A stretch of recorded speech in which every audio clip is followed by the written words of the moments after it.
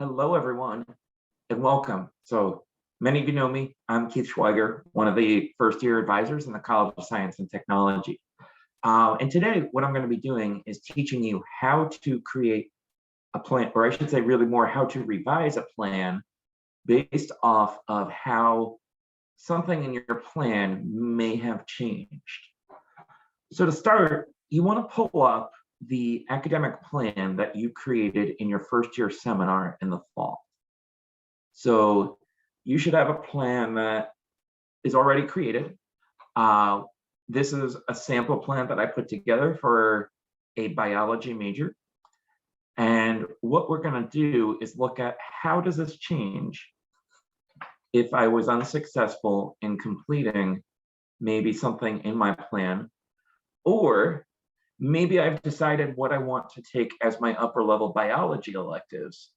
And in order to meet those prerequisites, I need to plan a little bit differently to ensure that I can take the classes when I want to take them. So let's start and pretend, just in a pretend scenario, you were unsuccessful in completing Calculus 1 this semester, and it was a course that you were taking this semester. So how does that change what your future semesters might look like based off of that plan that you originally developed? Well, what we want to do is we actually want to start checking all of the prerequisites for the remaining classes in the major. So we want to start checking prerequisites definitely for future math classes. And we want to start looking at your sciences. So how do we check prerequisites? We go to that wonderful tool called the Undergraduate Bulletin. And I know you all love it, found at bulletin.temple.edu. So to navigate to your major, we go under the Undergraduate tab, click on Schools, Colleges, and Divisions. We scroll down to the College of Science and Technology, since that's where all of your majors will be found. On the right-hand side over here, you see this menu, and under the College of Science and Technology section, we want to click on the department offering your major. So in this sample case, I'm using biology, so let's look at that. And then we click on programs, and then we click on the specific degree that you're following. The sample plot out that I put together was for the biology Bachelor of Science degree, so that's where we're going to look, biology BS. And then we look under requirements. So under requirements, I mean, we have a refresher on everything that's required to graduate, but where we want to look is section 3, major requirements. We want to start looking at the individual courses. So as a reminder, if you click on any course, you open up the description, which is this information here, the semesters the course is typically offered, how many credits the course is worth, and then prerequisites. So quick refresher on how to review prerequisites. This may look like it gives you a headache just by staring at it, but I promise you it's very easy to interpret. So we start, and to do this, you want to go line by line. So we start with the first line. So we look at Chem 1031. If you are unsure what that class is, 99 out of 100 times, it's going to be already required by your major. So we come back and see, oh, General Chemistry 1. But then we continue down.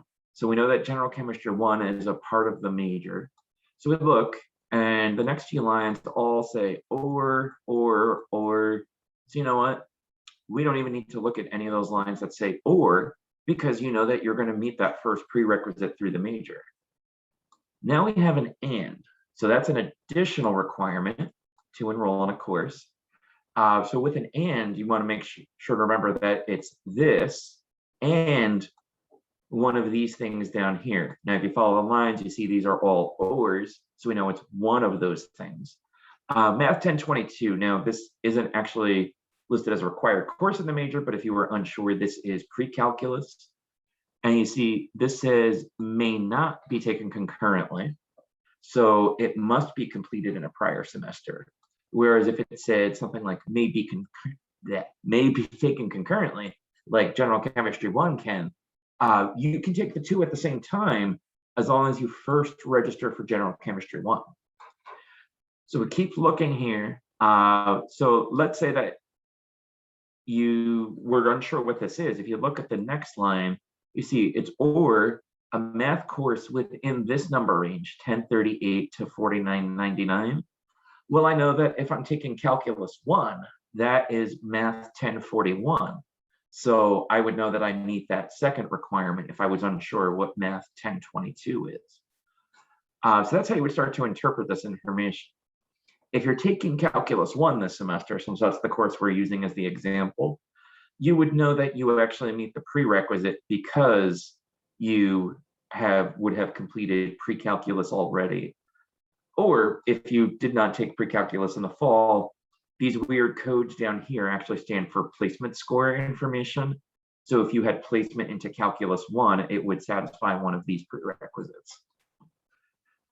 So we would know that you're actually okay to stay in this course if this was in your plan for the fall. If we look now, the next one, we have these requirements, which don't include math. We have an and. These requirements don't include math. Another and. No math requirement included. And, all right, now we have a math requirement, but it happens to be the same exact requirement as the last class we just looked at. So we know that this course is okay to stay where it is based on everything we've seen so far. And if you go through the rest of these biology courses, you will see that actually there are no math prerequisites for these biology courses. Then we look at chemistry. So in this example, was taking General Chemistry 1 right now. So we look General Chemistry 2, no math requirement, just complete General Chemistry 1. And let's look at organic chemistry. No math requirement, just completion of General Chemistry 2. And organic chemistry 2, same thing, complete organic chemistry 1. So this is the class we're concerned about. How does it change anything? So let's look. All right, so now we have a math requirement. So generally that's going to be a hint that there's probably going to be some change needed here. So let's take a look.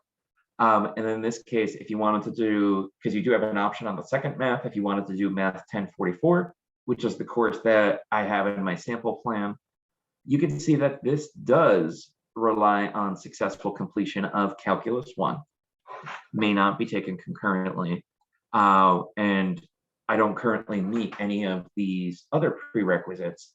So I know that this is going to have to change in my plan, since if you remember from my plan, this was a course I planned on taking in the fall. But then we have physics. So let's take a look at physics. So this requires completion of, or concurrent, I should say completion or concurrent enrollment, because you see it says may be taken concurrently with whichever course you choose as the second math requirement.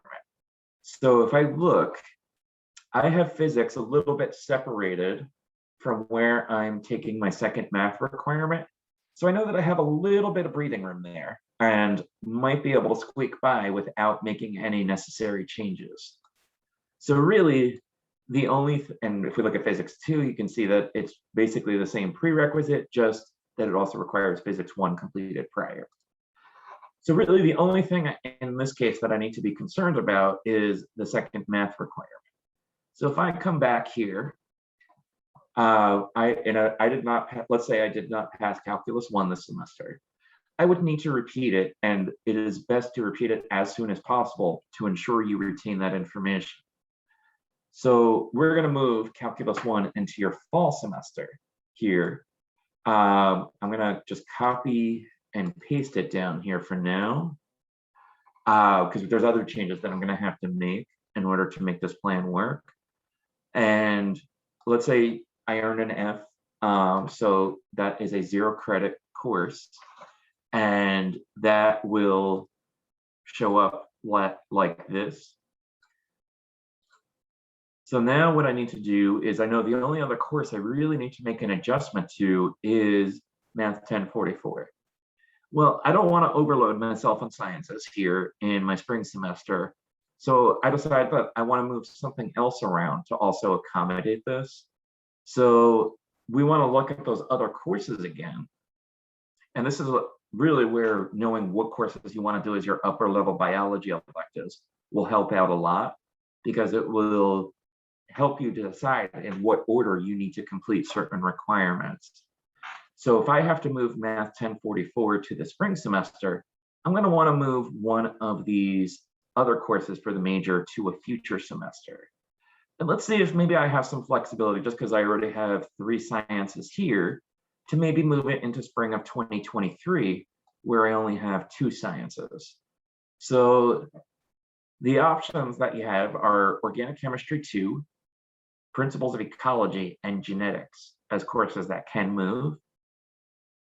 Well, if we look, Genetics happens to be a spring-only course. So this might be the simplest option, depending on which courses I want to take as the upper level biology electives. So if you follow these prerequisites, you need successful completion of Bio 1111, Introduction to Organismal Biology, which I successfully complete in spring of 2021.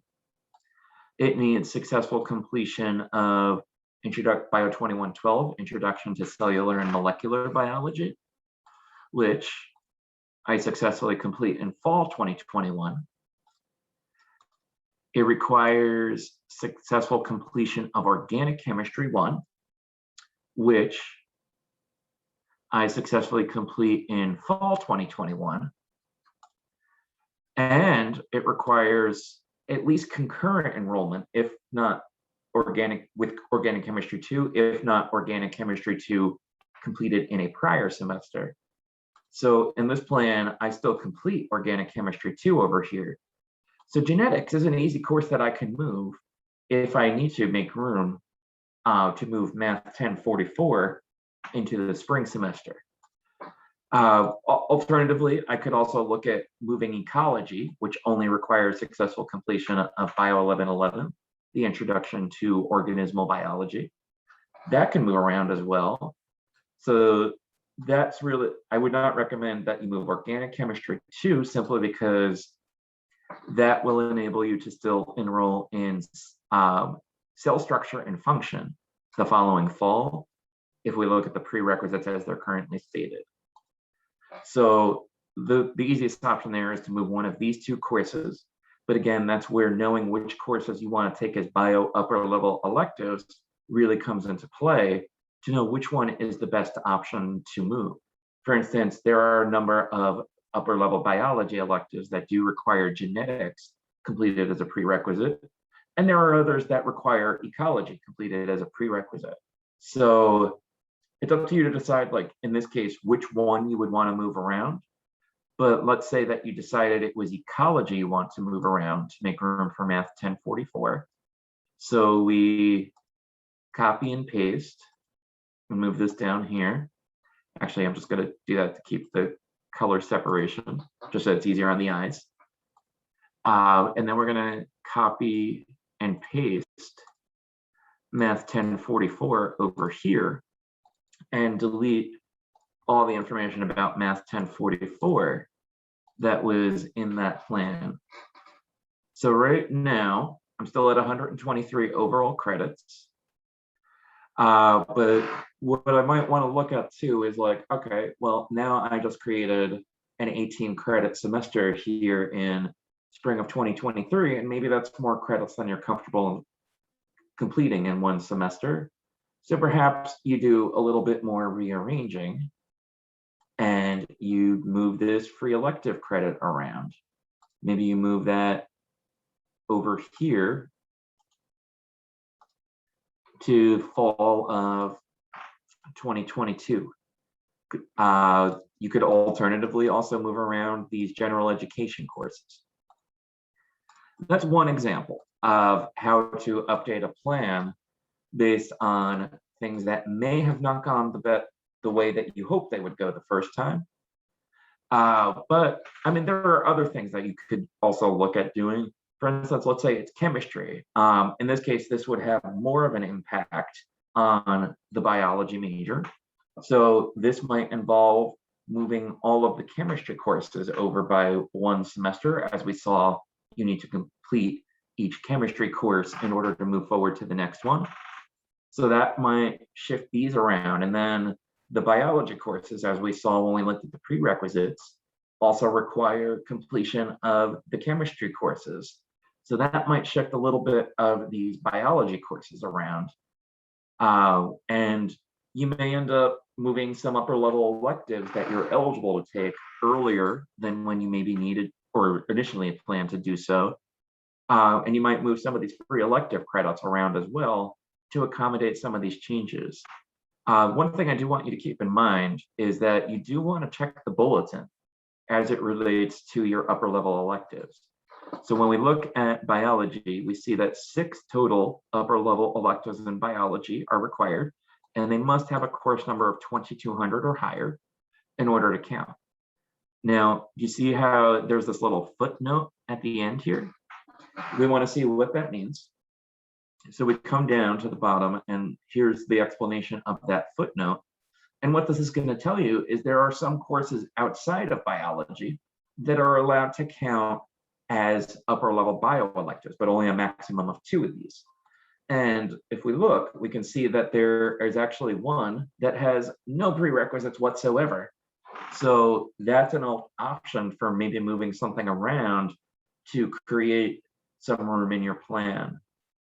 Keep in mind also though, like if you look, this course, Independent Research 2, this fits your number range for the bioelective. But for every bioelective, you have to look at the course description, because if it has this notation in the course description, it says it's not available for major credit. So keep that in mind as you're planning. You can check course descriptions to plan for biology electives by clicking on the biology page and then clicking on courses, and then you scroll down. I'm gonna just move down to the first one that can count, which is mammalian anatomy. So you read through here, check prerequisites, and decide what you might want to take. So that's how you would work on revising a plan based on how things may have changed. Keep in mind that this video was recorded on March 30th, and you will, by the time that you see this video, there will be some changes in a lot of the prerequisites to biology. So go based on what that email says.